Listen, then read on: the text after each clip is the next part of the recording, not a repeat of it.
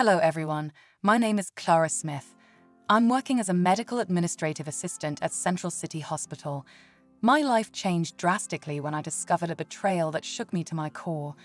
I had been in a relationship with David, a promising young doctor at the hospital. We met through my sister, Olivia, who seemed genuinely interested in my happiness. Or so I thought. One evening, I went to my parents' house, excited to share the news of my engagement with them. But instead of a warm family gathering, I found Olivia and David sitting closely, their demeanor too intimate to ignore. Olivia's smug smile burned into my memory. In disbelief, I ran out into the pouring rain, trying to make sense of the situation. My phone rang. It was Olivia. "I'm sorry, Clara," she said, her voice dripping with false remorse. "I just wanted David for myself. You knew, didn't you? What's yours is mine." Her words cut deep. She admitted they had been meeting secretly, even becoming intimate recently. The pain of betrayal from my sister and my fiancé was too much to bear. I changed my phone number, cancelled my apartment lease, and resigned from my job. I couldn't bear to see David or Olivia ever again. I severed all ties with my family, hoping to start anew, but the scars of their betrayal stayed with me. That rainy night replayed in my mind like a relentless nightmare. The image of Olivia's triumphant smile, the look of guilt on David's face, they haunted my thoughts. I found myself questioning everything. Had there been signs I had missed? Subtle glances, secretive conversations. The doubts gnawed at me, eroding my self-confidence. My parents were stunned when I told them the truth. My mother cried, torn between her two daughters, while my father, always the stoic figure, seemed more disappointed than angry.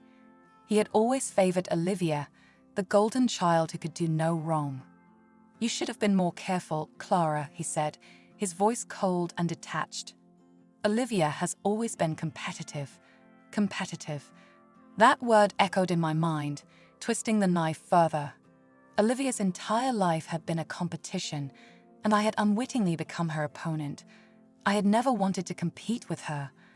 All I had ever wanted was to find my own happiness. But Olivia's twisted need to outshine me had destroyed everything I held dear. In the weeks that followed, I fell into a deep depression. I avoided social interactions, unable to face the pity and curiosity of others. My world shrank to the confines of my small apartment, where I spent my days in a fog of sadness and confusion. The betrayal had shattered my trust, not just in David and Olivia, but in myself. How could I have been so blind? One particularly dreary afternoon, as I sat staring at the rain streaking down the window, my phone buzzed with a message from an unknown number. "Clara, it's Mom. Please, we need to talk." Reluctantly, I agreed to meet her at a nearby cafe. When I arrived, she was already there, looking older and more tired than I remembered. "Clara," she began, her voice trembling. "I know you're hurt. I can't imagine how much. But please don't shut us out. Don't shut me out." I wanted to scream at her, to tell her how much I felt betrayed not just by Olivia and David, but by her and Dad too. But instead, I listened.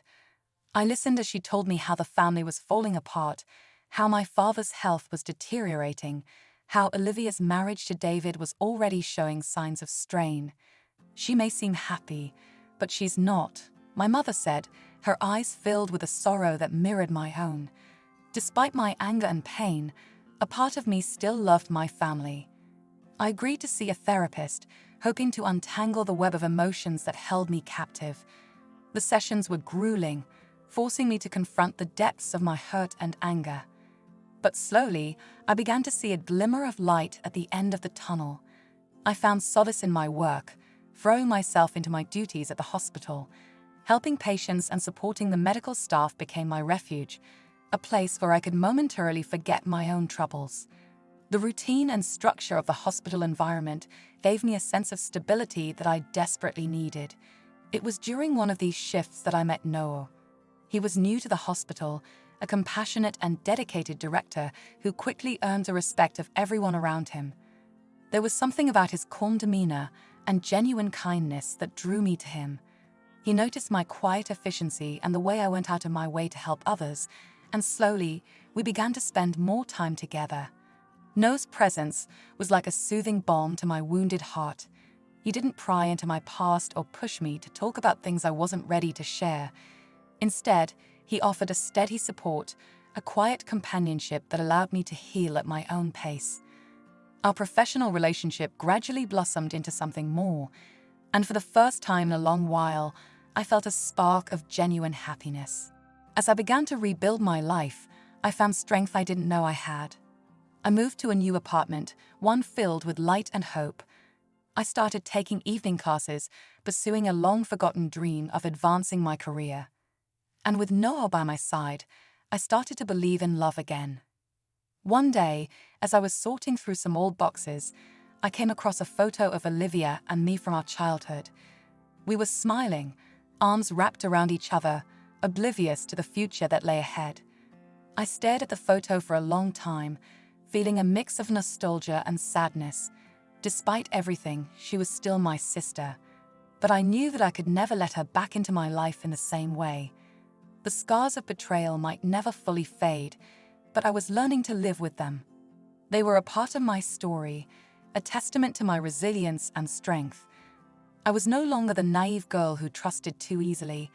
I was stronger, wiser, and ready to face whatever challenges lay ahead. As I closed the box and looked around my new home, I felt a sense of peace. My journey was far from over, but I was no longer defined by the pain of the past.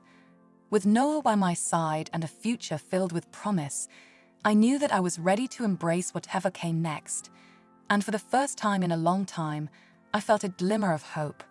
Meeting Noah and starting a relationship marked the beginning of a new chapter in my life. After leaving my past behind, I found a new job at a different hospital. That's where I met Noah, the dedicated and compassionate director of the hospital. He admired my work ethic and the way I interacted with patients and staff. Slowly we grew closer, our professional respect turning into personal affection. Noah's presence in my life was like a soothing balm to my wounded heart. He was everything I needed, kind, understanding, and supportive. We started dating, and for the first time in a long while, I felt genuinely happy. We built a life together, filled with mutual respect and love. Noah's steady support helped me heal from the betrayal I had faced, and together, we looked forward to a future filled with promise. Our first real conversation happened in the hospital cafeteria. I was nervously stirring my coffee, feeling out of place in my new surroundings. Noah approached, his tray balanced expertly in one hand, a warm smile on his face. "Mind if I join you?" he asked, his voice gentle but confident. "Not at all," I replied, grateful for the company. As he sat down, we exchanged small talk about the hospital, our jobs, and the usual pleasantries. But soon, our conversation delved deeper. "I've noticed you always stay late, Clara," Noah said, his eyes studying me intently. "You're very dedicated." I shrugged, trying to downplay my commitment. "I just like to make sure everything's in order. Patients deserve the best care we can give." He nodded, a thoughtful expression on his face. "That's a commendable attitude. It's rare to find someone so committed to their work." His words warmed me. In that moment, I realized he wasn't just saying it to be polite. He genuinely appreciated my efforts. It was the first time in a long while that someone acknowledged my hard work without any hidden agenda. Over the following weeks, Noah and I continued to spend time together. We often found ourselves sharing lunch breaks, discussing everything from hospital policies to our favorite books. Our conversations flowed easily, a stark contrast to the tense and guarded interactions I had grown used to. One evening, after a particularly stressful day, Noah suggested we grab dinner at a nearby restaurant. I hesitated, but his reassuring smile convinced me to accept. The restaurant was cozy and quiet, a perfect setting for what turned out to be a pivotal night. "Clara, there's something I've been meaning to ask you," Noah began, his tone serious yet tender. I looked at him, my heart pounding. "What is it?" He reached across the table, taking my hand in his. "I know you've been through a lot. And I want you to know that I'm here for you, not just as a colleague, but as a friend, maybe even more. Tears welled up in my eyes as I squeezed his hand. Thank you, Noah. That means more to me than you know. Our relationship blossomed from that moment. Noah's unwavering support and genuine affection helped me regain my confidence. We spent countless evenings talking about our dreams and fears, our hopes for the future. With him, I felt safe to be myself, to be vulnerable. One night, as we were walking along the river, Noah stopped and turned to me, his expression earnest. Clara, I need to tell you something important. My heart raced. What is it? He took a deep breath. I love you, Clara. I've loved you from the moment we met, and I want to spend my life with you. Tears streamed down my face as I realized how much he meant to me. I love you too, Noah, I whispered, feeling a wave of relief and joy. From that moment on, we were inseparable. We moved in together, creating a home filled with laughter and love. Noah's presence brought a sense of stability and peace that I had longed for. He encouraged me to pursue my dreams, supporting me in every endeavor. Despite the happiness I found with Noah, the shadows of my past occasionally resurfaced. There were moments when memories of David and Olivia would intrude, casting a pall over my newfound joy. But Noah's gentle reassurances and unwavering support always pulled me back from the brink. Clara, you're stronger than you realize, he would say, holding me close during those dark moments. You've come so far, and I'm here with you every step of the way. One particularly difficult day, I received an unexpected call from my mother. She wanted to meet, to discuss something important. Despite my reservations, I agreed, knowing that facing my past was necessary for my continued healing. Noah accompanied me to the meeting, his presence a comforting anchor. We met my mother at a quiet cafe, where she nervously fiddled with her cup, avoiding eye contact. Clara, I'm sorry for everything, she began, her voice trembling. I never meant for things to turn out this way. Olivia, she's always been difficult, and I didn't handle it well, but I want to make things right. I looked at her, feeling a mix of anger and compassion. Mom, it's not just about Olivia.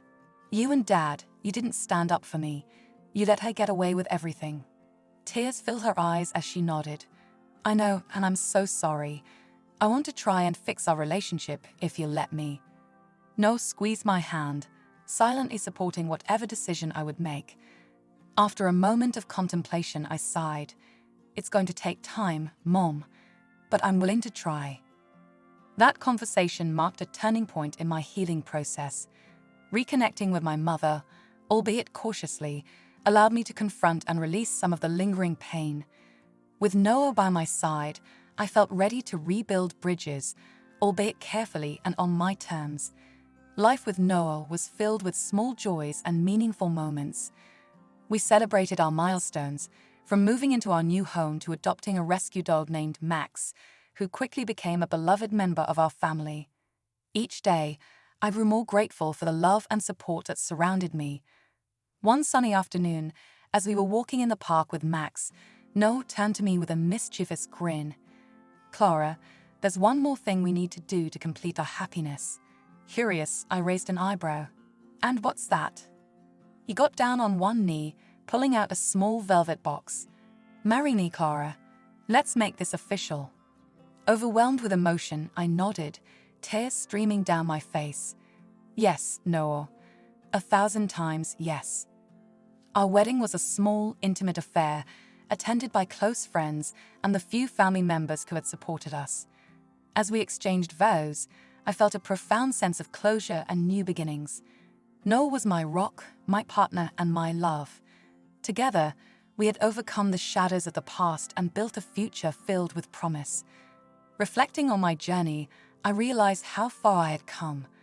The betrayal that once shattered me had ultimately led me to a place of strength and empowerment. With Noah, I had found not just love, but a true partnership built on mutual respect and understanding. As we danced under the twinkling lights, surrounded by those who mattered most, I knew that my past no longer defined me. I had emerged stronger, wiser, and ready to face whatever came next. And with Noah by my side, I was confident that our future would be bright, filled with love, laughter, and endless possibilities. Years later, I received a call that dredged up old memories. Olivia informed me of our grandmother's passing. Despite my reluctance, I decided to attend the funeral to honor my grandmother's memory.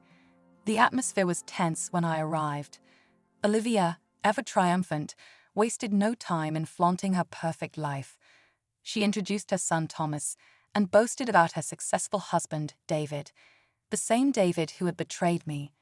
I introduced Noah, now my husband, and our daughter, Charlotte. Olivia's shock was palpable.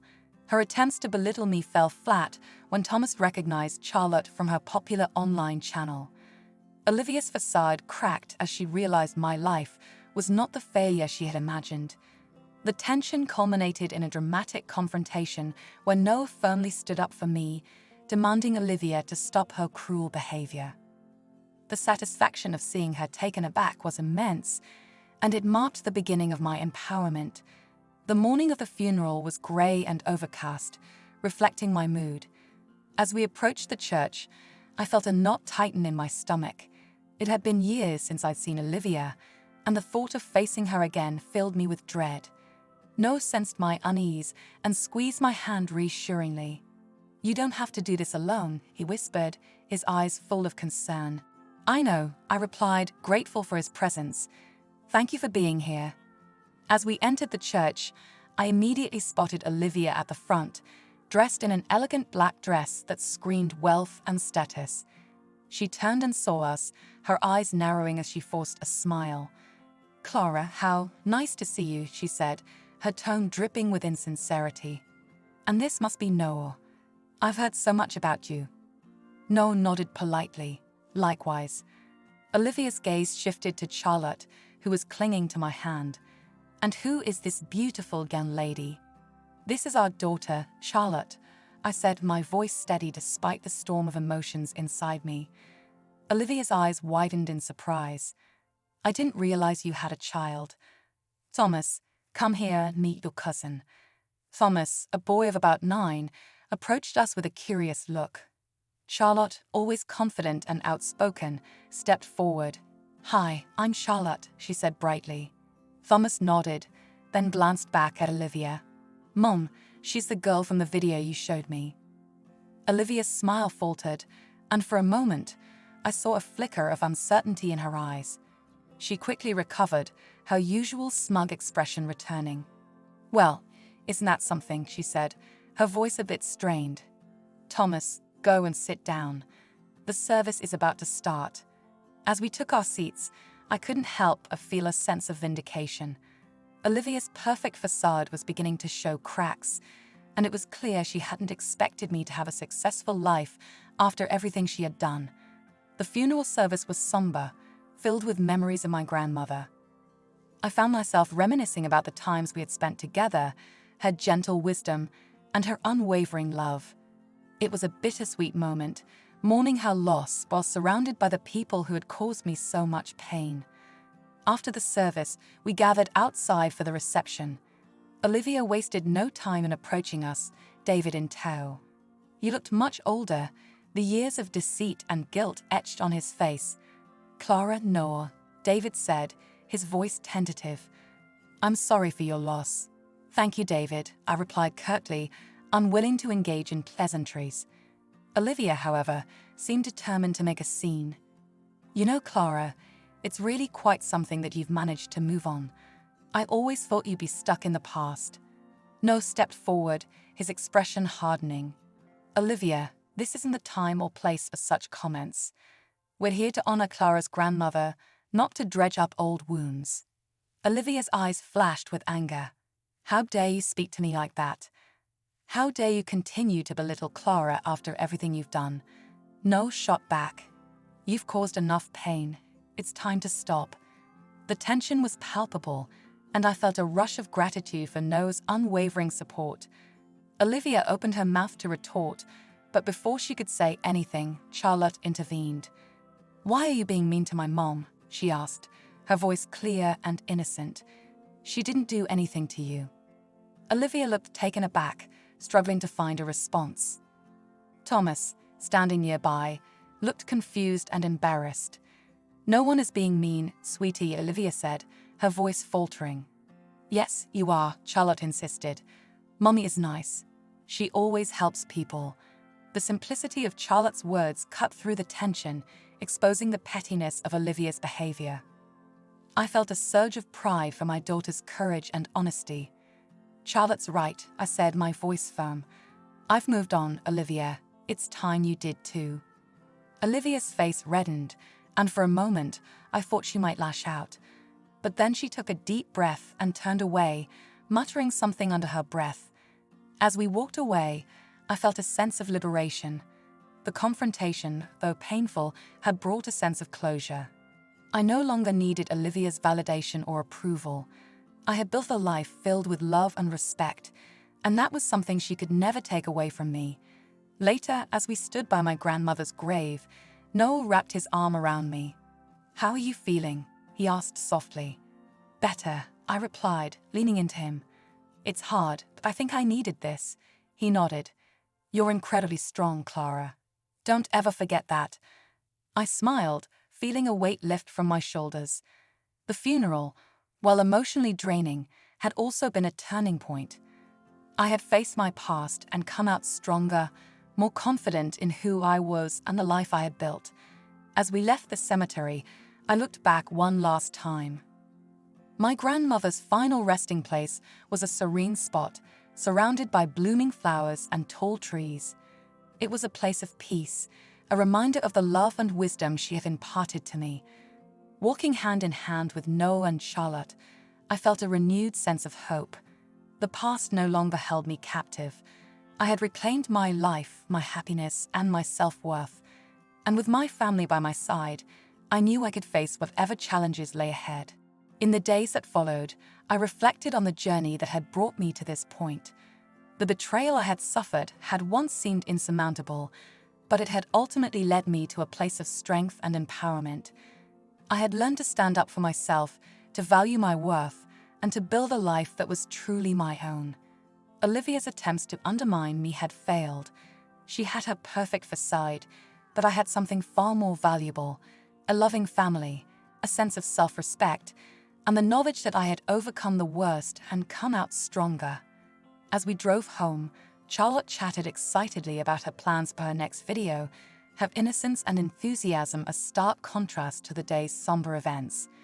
Noel glanced at me, his eyes filled with pride and love. "You did great today," he said, his voice filled with admiration. "Thank you," I replied, squeezing his hand. "I couldn't have done it without you." He smiled. "We're a team, Clara, always." Looking at Charlotte, I knew that I was setting an example for her, showing her the importance of resilience, strength, and self-respect. I was determined to protect her from the kind of pain I have endured and to teach her to value herself above all else. The funeral had been a final goodbye to not just my grandmother, but to a chapter of my life defined by betrayal and hurt. I was ready to embrace the future, confident in my strength and surrounded by the love of my family. Together, we would face whatever came next, knowing that we had the power to overcome anything. At the funeral, Charlotte's innocent yet piercing words revealed the deep rift between our families. When Thomas tried to befriend her, she responded, "No, I don't like you. You were mean to my mom." Her simple statement cut through the facade Olivia had built, causing Thomas to question his own mother's actions. Charlotte's refusal to tolerate any disrespect towards me filled me with pride. Her strength and honesty were a stark contrast to Olivia's deceitful nature. This moment solidified my resolve to protect my family and stand up against those who wronged us.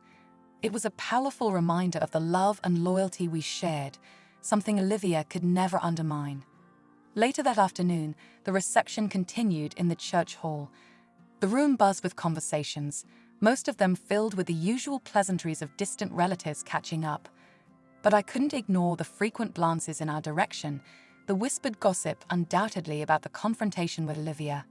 Noah, ever my rock, stayed by my side, engaging in polite conversations with a few well-meaning relatives who offered their condolences.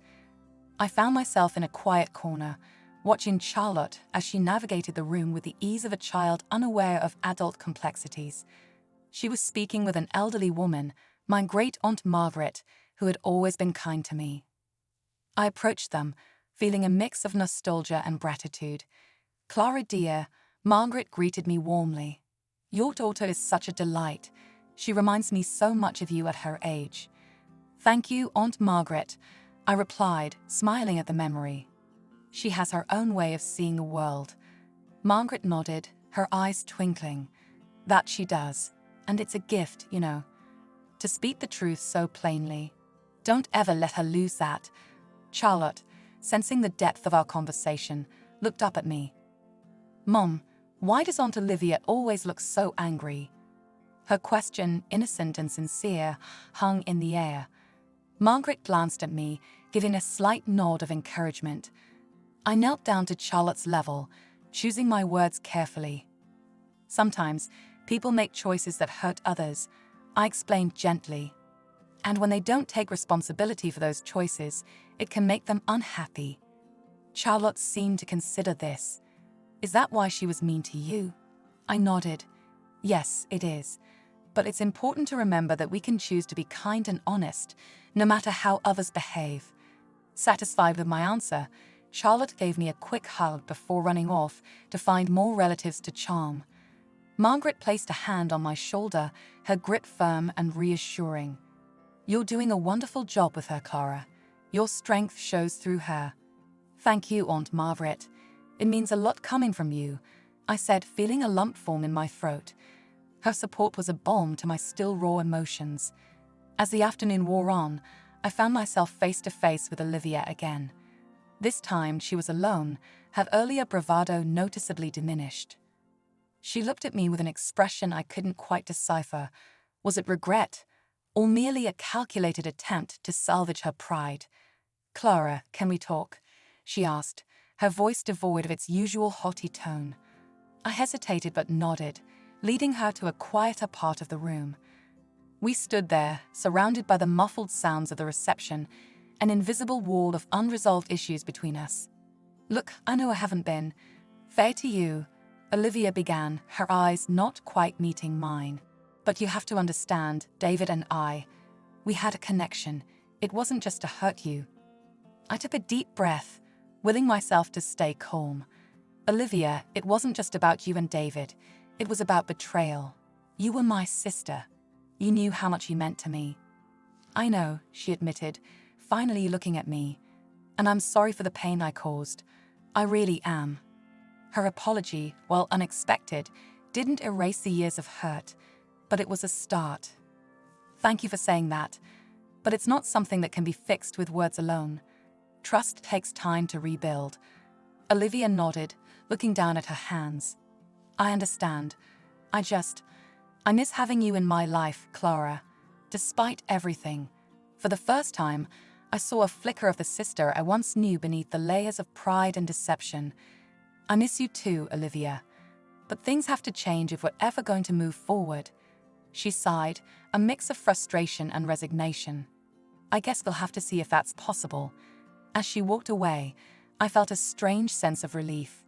The confrontation, while not entirely resolved, had opened a door, however narrow, for the possibility of reconciliation.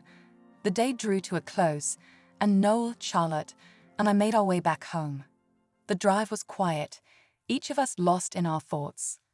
I replayed the events of the day in my mind, the emotional roller coaster leaving me both exhausted and oddly at peace. That evening, after we put Charlotte to bed, Noah and I sat on the porch, the cool night air a welcome change from the stuffy reception hall. He wrapped his arm around me, pulling me close.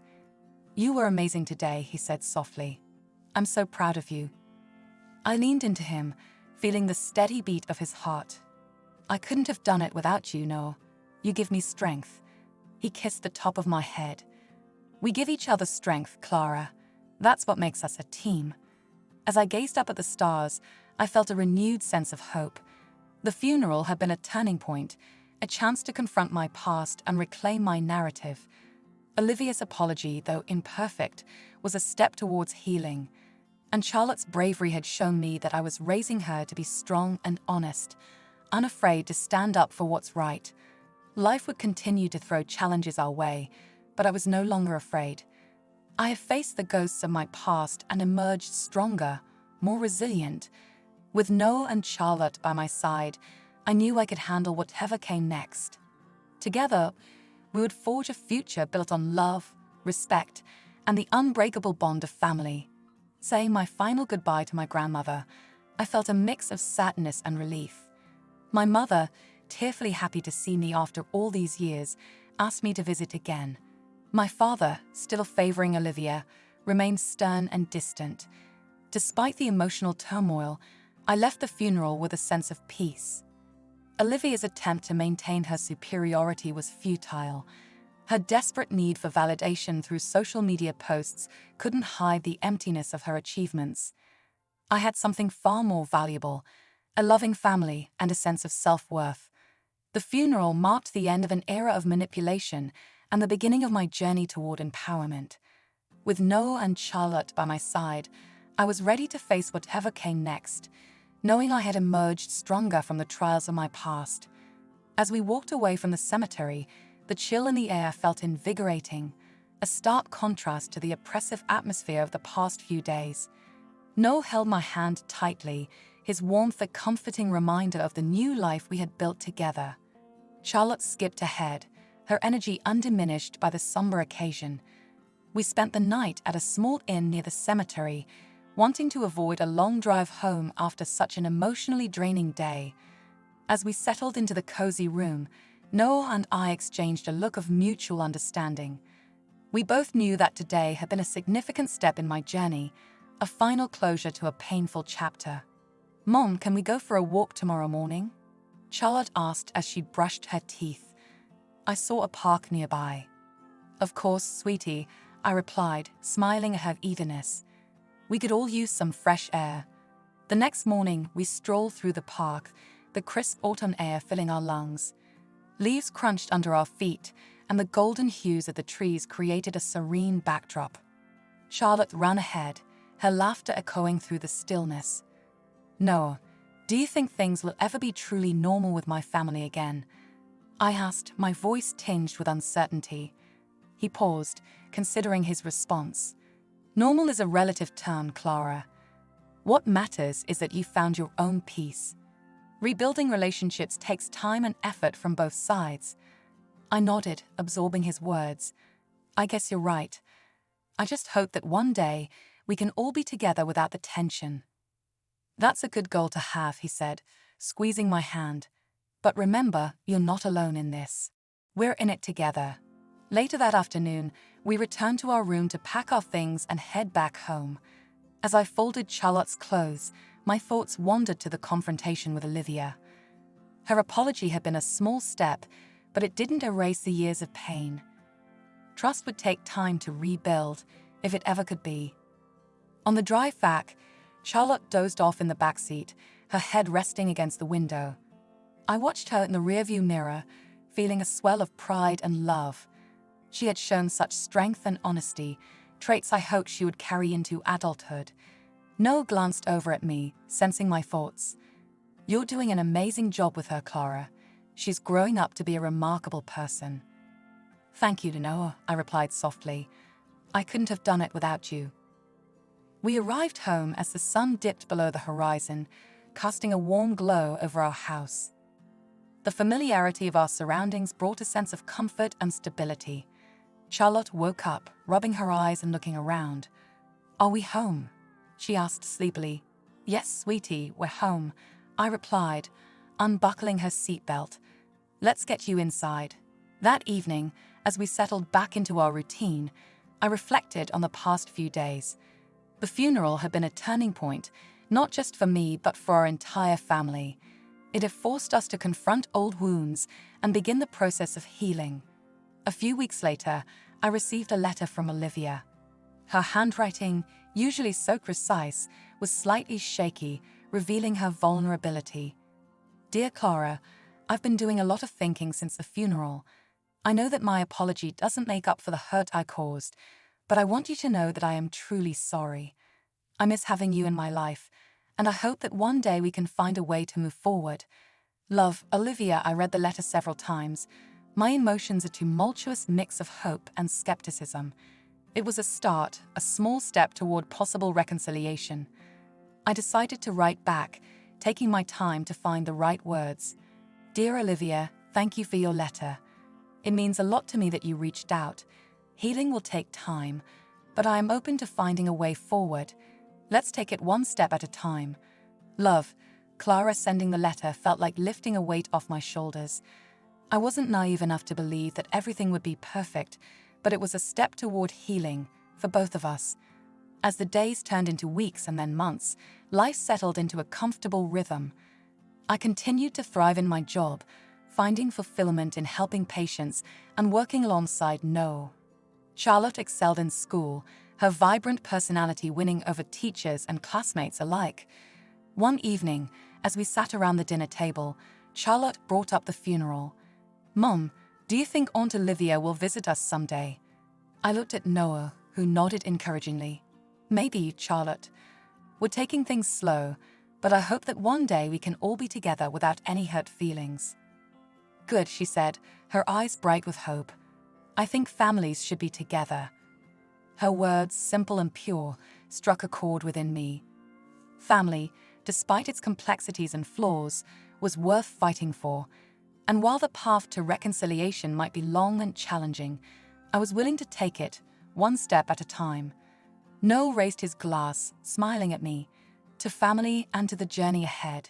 To family, I echoed, feeling a sense of peace and optimism for the future. We clinked our glasses together, the sound a gentle reminder of the love and support that surrounded us. In the end, it wasn't about forgetting the past, but learning from it and growing stronger. With Noah and Charlotte by my side, I knew that no matter what challenges lay ahead, we would face them together as a family.